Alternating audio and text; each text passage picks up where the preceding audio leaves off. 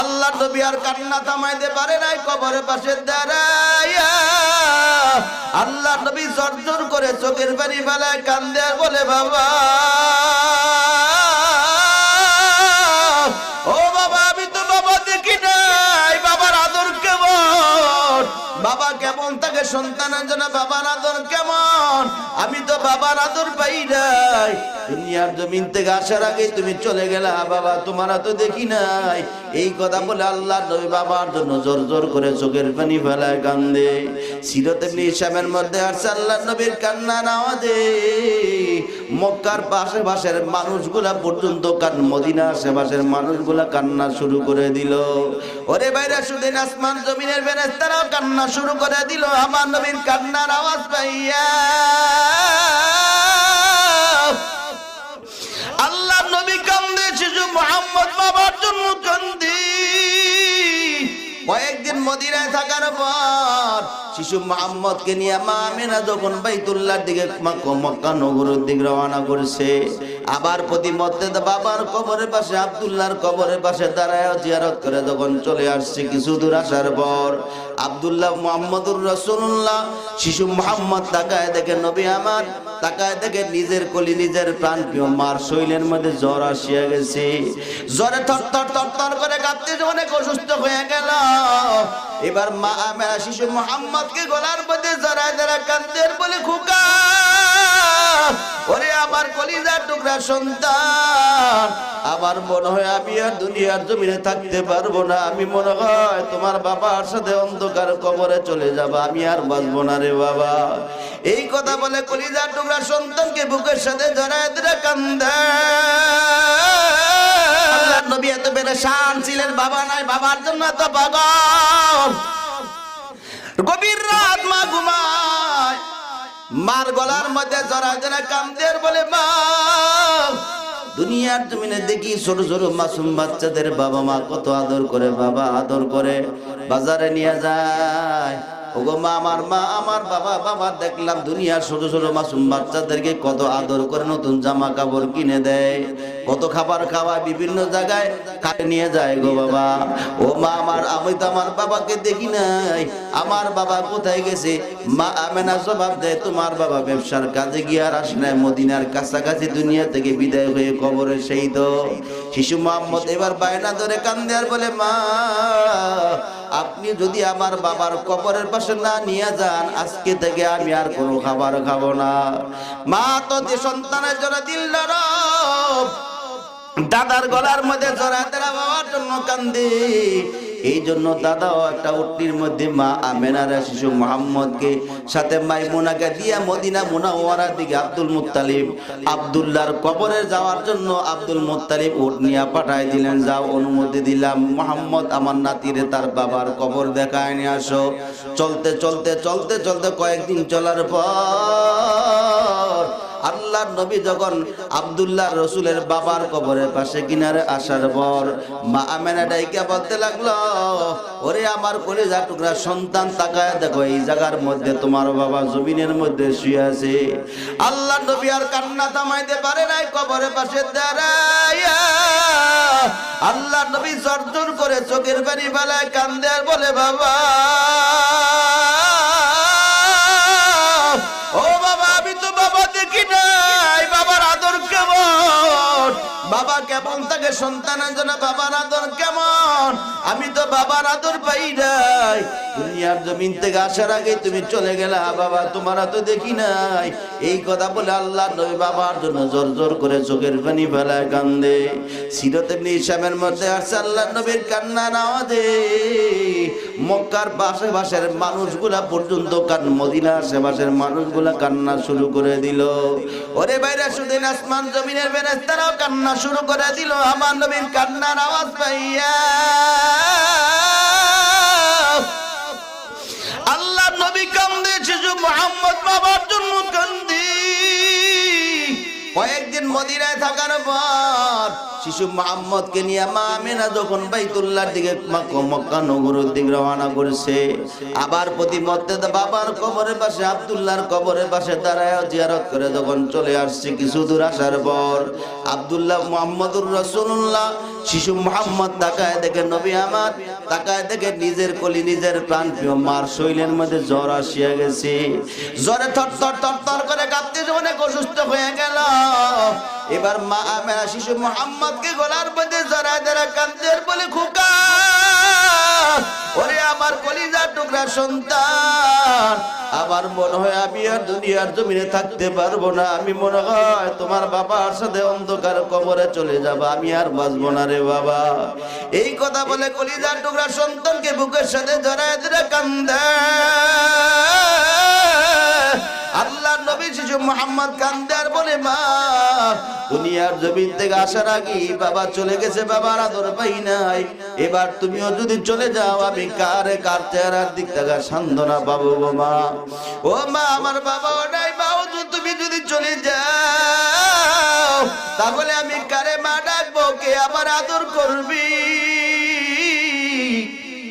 আল্লাহ নবী শিশু মুহাম্মদ কান্দি। আল্লাহ নবীর কান্নার আওয়াজে আশেপাশে সবগুলা মানুষ কান্না শুরু করে দিল।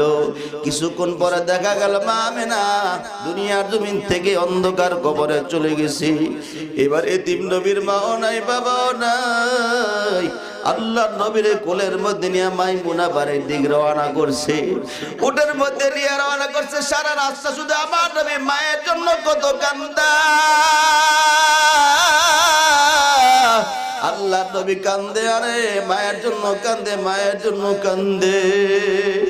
মাইমুনাও কাঁদতেছে কাঁদতেছে কাঁদতে কাঁদতে অনেক দূর যাওয়ার পর বাইতুল্লাহ যখন দেখা যায়, বহু দূর থেকে আব্দুল মুত্তালিব তাকায় দেখে উটনির মধ্যে দুইটা মানুষ দেখা যায়। আমি তো তিনজন পাঠাইছিলাম, এখন দুইজন কেন? আব্দুল মুত্তালিব আরো কাছাকাছি গিয়ে দেখতে পাইল শিশু মুহাম্মদ আর মাইমুনা মা আমেনা নাই। আল্লাহ নবী যখন আব্দুল মুত্তালিবকে দেখা দৌড়ে এসে আমার নবীর আমার দাদা আব্দুল মুত্তালিবের গলার মধ্যে জড়ায় দিয়ে কান্নায় ভেঙে পড়ছি। ও দাদা আমার বাবা হারাইছি, আমি তো বাবা দেখি না। আবার বাবা চলে গেছে, বাবা না দেখে মা বাবার কবর দেখতে গিয়ে মারে রওনা করছি। ও দাদা, ও গো দাদা, আমার মা হারাইলা, বাবা চলে গেছে, মাকে বাবাকে দেখতে যাইয়া মা হারাইলা। এখন আমি কার গলার মধ্যে জড়ায় ধরে ঘুমাবো? কে আমারে মায়ের আদর দিবে, কে আমারে বাবার আদর দিবে গো দাদা? এই কথা বলে আল্লাহ নবী আব্দুল মুত্তালিবের গলার মধ্যে জড়ায় ধরে কান্দি। আব্দুল মুত্তালিবও কান্দে, মাইমুনাও কান্দে। আব্দুল মুত্তালিব বলে, শিশু মুহাম্মদ নাতি আমার টেনশন করিস না, আমি যতদিন বাঁচবো মায়ের আদর বাবার আদর আমি তোর দাদাই তোরে দেব। ইতিহাস সাক্ষী আল্লাহ নবী মক্কা নগরীতে মাঝে মাঝে ঘুরতো আর বলতো মা মা বলে বলে কান্না করতো। বিভিন্ন জায়গায় যাইতো, মার জন্য পাগল থাকতো। আর গভীর রাত যখন হইতো ওই সময় মানুষগুলা ঘুমায় যাইতো, আল্লাহ নবী জোরে জোরে মার জন্য কাঁদতো। আল্লাহ নবী এতিম ছিল, মা ছিল না, বাবাও ছিল না। আম্মাল ইয়াতীমা ফালা তাকহার। আল্লাহ নবী বলে, আল্লাহ বলতেছেন ওগো পয়গম্বর, আমি আল্লাহ আপনাকে এতিম অবস্থায় পাইছি। ছোটবেলা বাবার হারাই দিলাম, আবার তো 6 বছর বয়সে বাবাকেও মাকেও নিয়ে গেলাম। ওগো পয়গম্বর টেনশন করেন না, আমি তো আছি। আল্লাহ নবী এতিম নবী মার জন্য কাঁদতো, বাবার জন্য কাঁদতো। ওই এতিম নবীরে যারা নারাজ করবে আল্লাহ তাদের প্রতি নারাজ হইয়া যাবে। জোরে কোন নাউজুবিল্লাহ। আল্লাহ নবীরে কষ্ট দিবেন, কথা কোন কষ্ট দিবেন? আল্লাহ নবীর ব্যাপারে আল্লাহ বলে, যারা আমার নবী, যার প্রতি আমার নবী খুশি তার প্রতি আল্লাহ খুশি, আর যার প্রতি আমার নবী নারাজ তার প্রতি আল্লাহ নারাজ। ঠিক কিনা জোরে কর? তাহলে আমার নবীর খুশি করাইবেন তো? কে কে খুশি করাইবেন? নারে তাকবীর, নারে তাকবীর।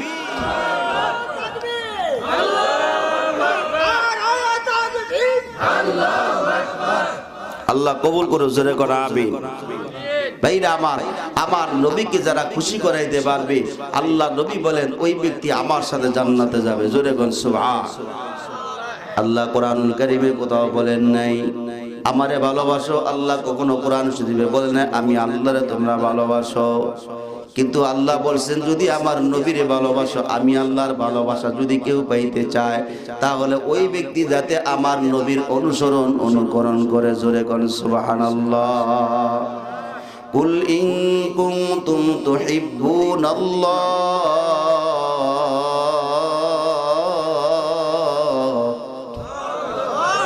ফাত্তাবিউনি ইউহিব্বুকুমুল্লাহ।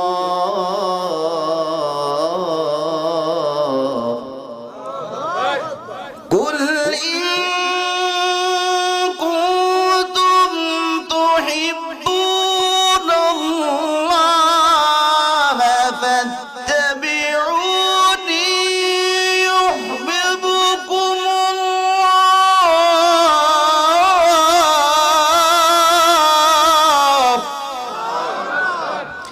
ويغفر لكم ذنوبكم والله غفور رحيم। আল্লাহ জানাই দিলেন পয়গম্বর আপনি দুনিয়ার মানুষকে জানাই দেন, বলে দেন তারা যদি আমি আল্লাহর ভালোবাসা পেতে চায় তারা যাতে আপনি নবীর অনুসরণ অনুকরণ করে, আপনার সুন্নত অনুযায়ী যদি চলে আমি আল্লাহ তাদেরকে ভালোবাসবো, তাদের জীবনের সব গুনাহগুলি মাফ করে দেব।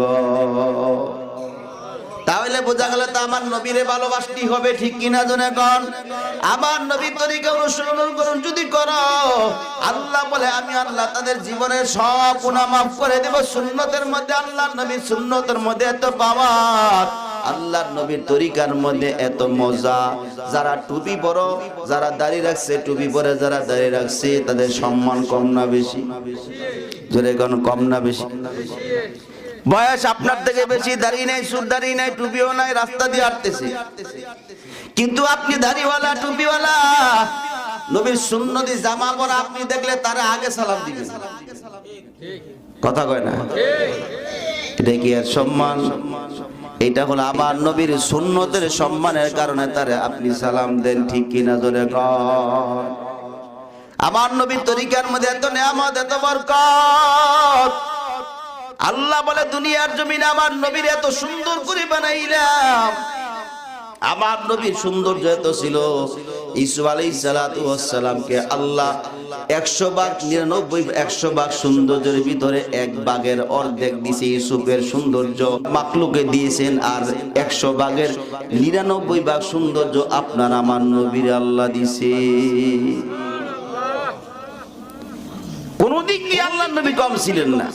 দেখতে যেমন সুন্দর ছিলেন, আল্লাহর নবী দেখায় যেমন সুন্দর, কণ্ঠ তেমন সুন্দর, আল্লাহর নবীর আদর্শ আরো সুন্দর। জোরে কোন সুবহানাল্লাহ। ওয়া ইন্নাকা লাআলা খুলুকিন আযীম। আল্লাহ জানালেন পয়গম্বর আমি আল্লাহ আপনাকে অনেক অনেক উত্তম চরিত্র দিয়েছি। জোরে কোন সুবহানাল্লাহ।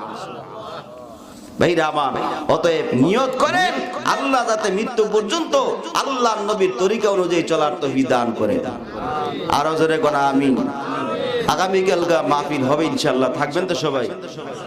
যদি থাকেন তাহলে অনেক সুন্দর আলোচনা হবে, আর না থাকলে আগে কইয়ে দিয়ে সকালে যাবো বলে। থাকবে তো ইনশাআল্লাহ? আল্লাহ এই মাহফিলকে বরবুল কামিয়াবি দান করেন, এই মাহফিলে কি নাজাত এবং হেদায়েতের উসিলা বানায় দেন। জোরে কোন আমিন।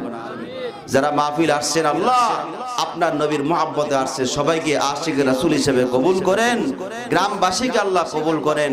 যারা মাহফিলকে শ্রম দিয়েছে, টাকা পয়সা মেধা দিয়ে বিভিন্নভাবে সহযোগিতা করে বাস্তবায়িত করার জন্য সর্বদিক থেকে সহযোগিতা করেছে, আল্লাহ সবাইকে কবুল করেন। জোরে কোন আমিন। আগামীকালকে বাকি আলোচনা হবে। আজকে শৈশব, রসুলের শৈশব জিন্দিগি নিয়ে আলোচনা করলাম।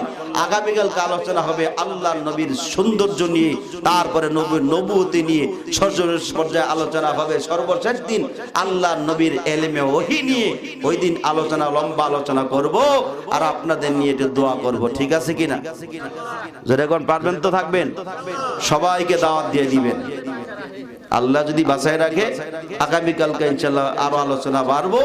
আল্লাহর নবীর এত সুন্দর জিন্দেগি যদি আমি ছোট মানুষ, ক্ষুদ্র মানুষ যদি আলোচনা করি, আমি কেন গোটা বিশ্বের মানুষ সবাই মিলে যদি আল্লাহর নবীর জীবনী নিয়ে আলোচনা করে কেউ শেষ করতে পারবে না। একজনে বই লিখছি, লিখতে গিয়া এক খ্রিস্টান বই লিখছে, বিশ্বের মধ্যে মনীষী সবচেয়ে ভালো মানুষ যারা ছিলেন, মহিষী মানুষ। লিখতে গিয়া যত মহিষী মানুষ ছিল, দামি মানুষ ছিল, সম্মানী মানুষ ছিল, চিন্তা ফিকির করতে করতে করতে করতে কারো না কারো কোনো দিক থেকে ত্রুটি আছে, ভুল আছে, অন্যায় আছে, খুঁজতে খুঁজতে খুঁজতে খুঁজতে গিয়ে দেখলে একজনের কোনো অন্যায় নাই, ত্রুটি নাই, ভুল নাই। এ হলো রহমাতুল লিল আলামিন। একটা খ্রিস্টান বই লিখতে গিয়া শুরুদা তার বইয়ের মধ্যে আগে আপনার আমার নবীর জীবনী আনছে। আমার একটা খ্রিস্টান যদি আমার নবীর জীবন লিখতে গিয়ে আমার নবীকে সবচেয়ে মর্যাদা দিয়ে থাকে এবং সে এই কিতাব এই বই লিখতে গিয়ে নিজেই মুসলমান হয়ে গেছে, তাহলে এমন একটা দামি নবীর উম্মত হতে পেরে আমরা খুশি নেবে।